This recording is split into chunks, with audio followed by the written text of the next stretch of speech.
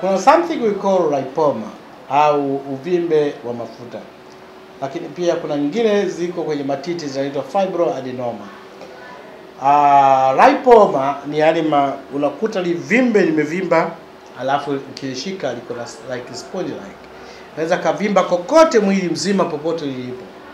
The lipoma ni vimbe zilizosababishwa na mafuta. Sometimes ziko kwenye capsule lakini sometimes ziko hivyo ndani ya inner layer ya ngozi.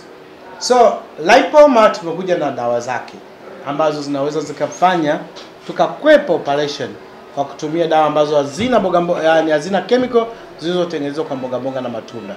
Tutafute wewe ambaye una changamoto la lipoma pamoja na fibroadenoma ambazo ndo vimbe ziko kwenye matiti na vitu vingine ambazo tuna fix out kabisa na linaisha ndani ya muda mfupi sana. Mimi naitwa Dr. Manuel, karibu na niwatakia wakati mzuri. Asanteni sana.